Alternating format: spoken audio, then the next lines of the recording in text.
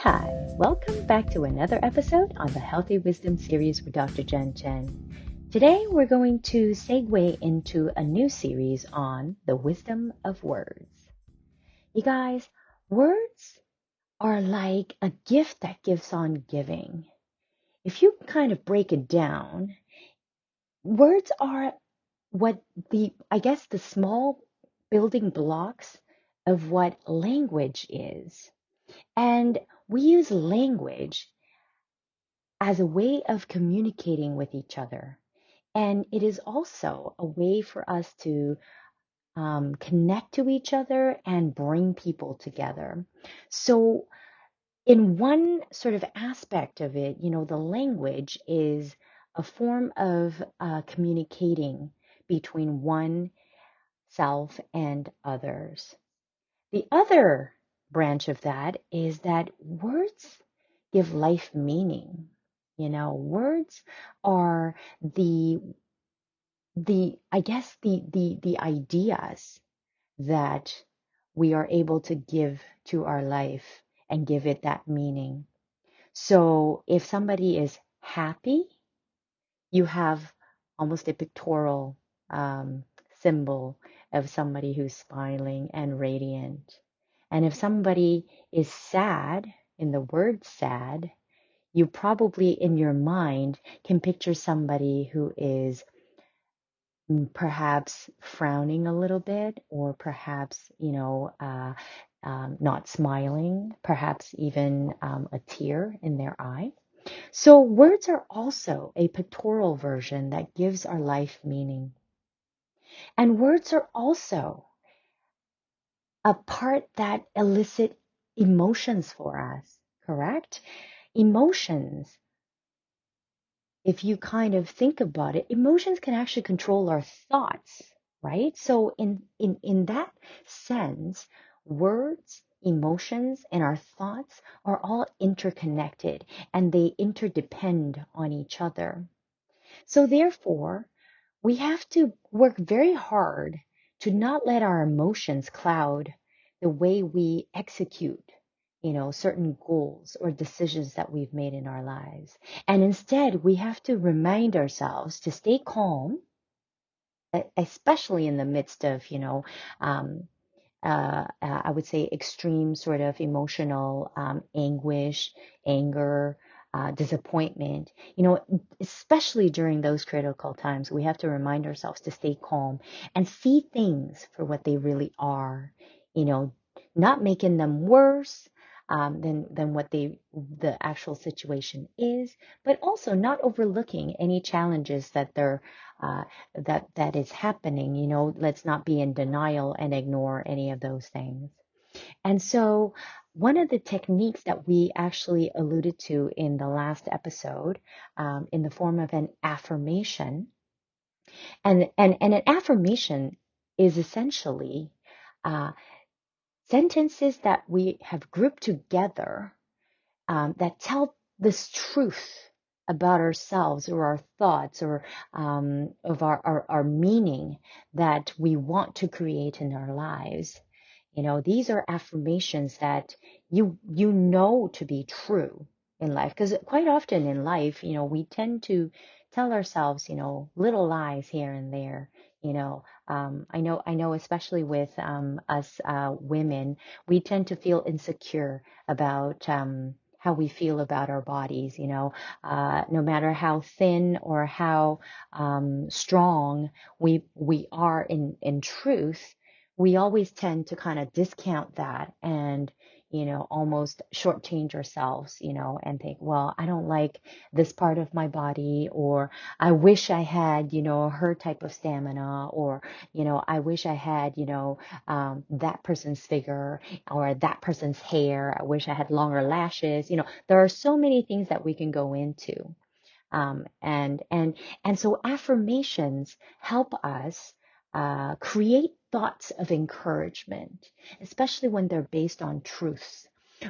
And at least if you cannot see the truth for what it really is, you can almost train yourself to perhaps maybe even open up your mind to the possibility of that truth. And that's the power of an affirmation that I wanted to at least share with you guys, and the affirmation that I shared with you in the last episode, that it's something that I have used myself and have been able to actually, you could say that it has created a lot of power in the sense of that empowerment and encouragement in myself, especially during those times where I might not believe that I can do something, or perhaps I'm feeling a little bit deflated from maybe a challenge that I'm going through. So affirmations are quite useful in situations where you are trying to almost steer your boat in the right direction and you are working towards something. There's something really magical about writing things down as well. It does something to our brains. It's almost as if, you set in stone a commitment once you write it down. The words, once they appear on your page or on a sticky note or on your vision board, or heck, maybe even your mirror in your bathroom, perhaps, you are, you are finally, determined to reach your goal, or to make a change in your life. And so, if you have affirmations or even just small truths that you write down to help your mind shift in thinking, then you can slowly edge your way into making those truths become reality for you. A lot of times, we say, what we send out into the universe, and what we receive, in Newton's law, when there's a force, there's an equal amount of force that comes back, when we exert it. So one of the other things I wanted to share with you today, actually, I guess in continuation to the affirmations, is actually a couple of words that in my life I have worked. I'd say, from time to time, I have worked on actually not eliminating, but in terms of making use of it, what I do is I minimize using it and I think of other ways to sort of certain phrases to replace those words. And I wanted to share, a couple of those with you. A lot of times, when we are not sure about something, quite often, the word can't, cannot, can't, the word can't seems to kind of, sort of come out of our mouths like before you even like before you even realize it, you're actually saying, oh, well, I can't do this, or I can't think of that, or I can't manage this, or, and so um, I found that if you actually can think instead of I can't, maybe replace it with how can I? So, for example, a lot of times, as we are parents, or at growing up, our parents may have said, well, we can't buy that. We can't afford that right now. Um, so that as a child, you hear that word and it kind of, as children, we are sponges. And so we tend to absorb that into our subconscious. And as a result, we actually end up doing the exact same thing when we are teaching our own kids. And it'd be like, no, we can't buy that today because this is not on sale, or we can't afford it right now because we are on a budget. So we tend to think in I can't. But instead, if we can think of, or if we can teach our children to think, well, how can I? How can I afford that? How can I change the situation I'm in? How can I better the situation? How can I make the best of the situation I'm in? Do you notice how there's like almost like a switch in how we think about the exact same situation? Your mind is then able to just go, oh, into like, it jumps into like problem solving. So instead of going, oh, well, there's nothing I can do, there's no other options on the table. Soon as you kind of replace, that thought, and think of, how can I? Then it reframes the entire situation into a possibility, which then segues into the next word that I want to say, if you can, let go of the but in your life. Do you ever like get almost you're expecting almost, especially when somebody says to you, you know, I don't think this is working out. I really like you, but, and then whatever follows after the but is never something you want to hear. It's never positive.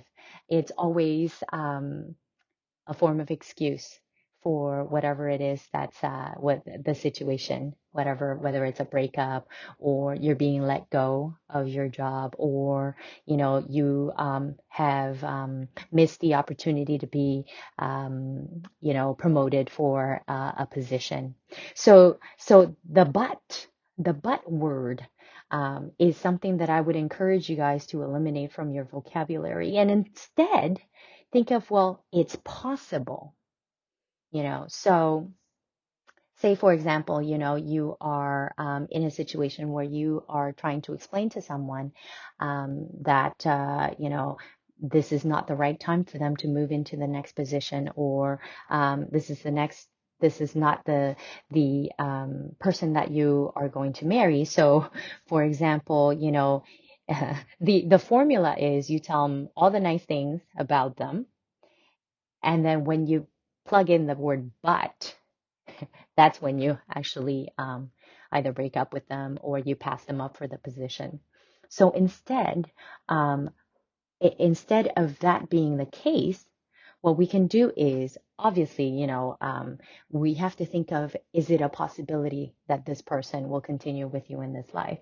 Or is this person really not suitable for this position? But say if the people that we are talking about are actually people of value to you, then for you to be able to keep that relationship going, you reframing it by it's possible, you know, would be a way to almost change, the dynamics of how we think about the situation. So perhaps a better example would be, for example, let's just say, you take it into a personal level and you say, I am really good at my job, but I'm terrible at saying no when it comes to everybody else's wants. So whenever I have a situation where other people's priorities have become my priorities and have taken over, um, I am not able to do what I have to do, in my own realm of things. So instead of saying, well, but what you could do is you could say, well, I am really good at my job, and it's possible that other people's priorities are taking over in my life or in my job, or in my career. Um, so what I'm going to do is blah, blah, blah. You fill in the blanks, right? So do you see how like it almost kind of switches the gear on your thoughts, and it kind of guides you into perhaps thinking of the situation in a different light and being able to almost pivot the current scenario that you're in. So it's almost like, practice makes perfect. You just kind of have to keep working at it, because whether it's affirmations or letting go of certain words and replacing them with words that can better help you in the long run, this is the starting point.